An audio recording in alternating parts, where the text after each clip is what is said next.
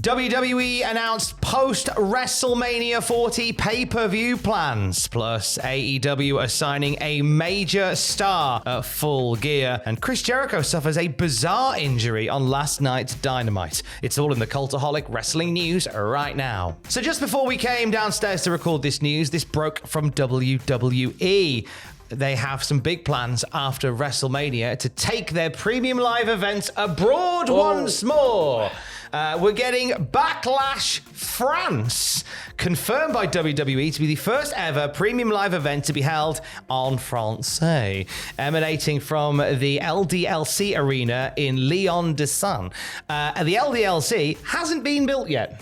Oh, wow. I didn't even know that. It's not finished yet. Wow. It's due to be done by next month. I know Eric Clapton's booked in there in March, so they better get a wiggle on. Damn. And the show's taking place Saturday, May the 4th, 2024. And WWE are encouraging you to register for an exclusive Backlash SmackDown combo pre-sale, which also suggests to me that France are getting the SmackDown as well. Oh, very happy. Very happy for France. You deserve this, France. Absolutely. I'm really looking forward to some more premium live events across the waters in different international soil. Waters. Waters. Can we get the DFDS ferry to France for this? Oh no, we don't need to, do we? No, of course we do. We can swim there. Why we got the bloody Channel Tunnel? Of course we do have a Channel Tunnel. Why did I forget about the Channel Tunnel? We'll book the Channel to France to go watch WWE. This is of course breaking news this morning, and we'll let you know more as we get more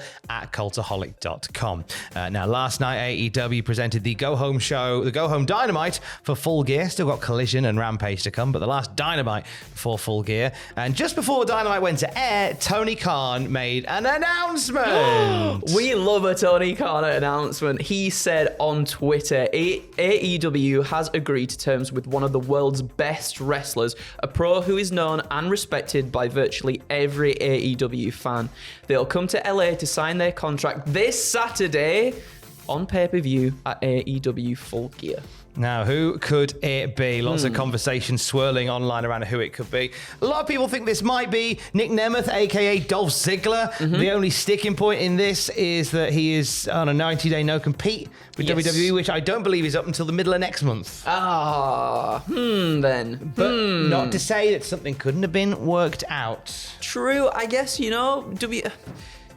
with how much he's done for WWE, I wonder if they've gone, you're allowed. You're allowed, young man. Plenty of other names being lobbed around as well, right? Yeah, so another name being thrown around is Mercedes Moné, the former Sasha Banks, obviously. Recently on Cameo, she told fans to definitely expect her to be with some wrestling company in 2024. It looks like Moné is set to return from injury next year, and signing with AEW would also allow her to continue to work with New Japan and Stardom if she does choose to do so.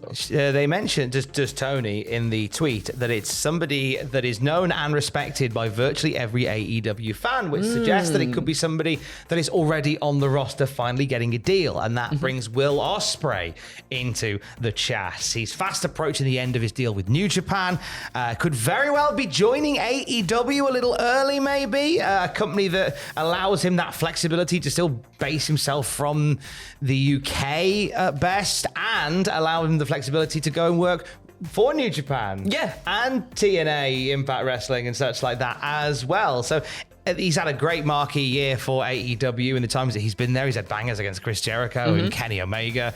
He would certainly be a one. Another former AEW name is also hilariously in the mix for this as well. Yes, it wouldn't be a news video without CM Punk. He's obviously been thrown into the mix. Punk has been having fun online with possibly being the man behind the mask of the devil.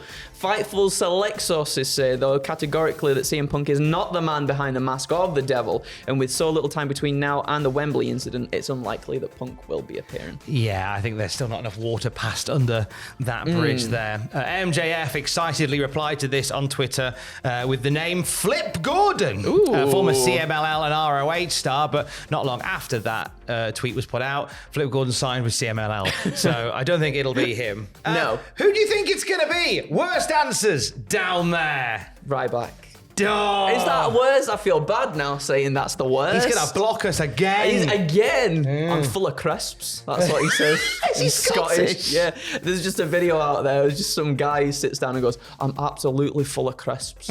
And it's one of my favourite videos at the moment. And anyway, it might be Ryback. I digress. Who do you Taz. Who do you think it could be? I would love any of them to be it. Obviously, it's Grado. Sorry to break that to you. I had a chat with him today. It's definitely Grado. Don't tell Jeff Jarrett. I love your suggestions down there, though. Do let us know. And then you can watch Fraser Porter and I live for live reactions to Full Gear on Saturday night. Also, 9 pitches waiting for you on the channel right now. Predictions on the channel later on today. And then after the show, you'll have what happened at and the WTF moments from Full Gear on the Cultaholic YouTube channel as well. They did sign one guy last night, did AEW. After the Like a Dragon street fight concluded, it was confirmed that Kota Ibushi is all elite. He got the brick wall backdrop and everything. He's been saying since the summer that he's joined. Yes. But nothing's been made official until now. Yeah, of course, yeah. A good signing. I don't know whether we're getting like Kota Ibushi. I don't know if we truly think Kota Ibushi shine as Kota Ibushi can. No, I don't think just yet. I don't think just yet. Maybe with the signing and the fact that perhaps we can see him a little bit more frequently and regularly on TV, we'll hopefully, maybe get him back into the flow of things a little bit more. Have you caught the Like a Dragon street fight yet? Oh man, he's on his bicycle. He was bonking people with his pipe on his bicycle. Do you know what? I'm glad that they got a bicycle involved at least anyway, because that's one of the best weapons in the Yakuza games as it is. Who wouldn't want a bicycle? Who wouldn't want a bicycle to the face? Who wouldn't want a brain buster on a bicycle? Which is what we got last night. It was beautiful. Also, Chris Jericho got a little more than he bargained for just before the match started, didn't he? He did, yeah. So after Dynamite last night, Chris Jericho revealed he suffered an injury during the street fight, and confirming to a Twitter user that he did indeed burn his arm on Kenny Omega's entrance pyro. Jericho carried on regardless, and it doesn't seem like he'll miss any ring time. We see him like at the start because he's standing there, and it looks like his elbow or his arm does get caught in it a little bit, and he's just like, my arm. I can still go. I'm right.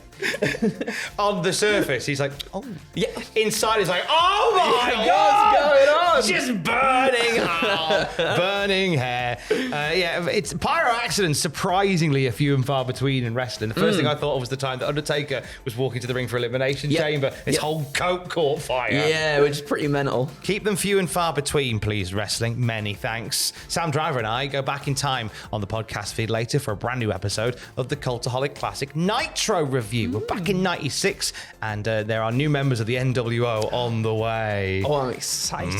Listening along on the podcast feed. And for the latest wrestling news throughout your beautiful working day, of course, you can check out cultaholic.com. Keys. I love you, bye.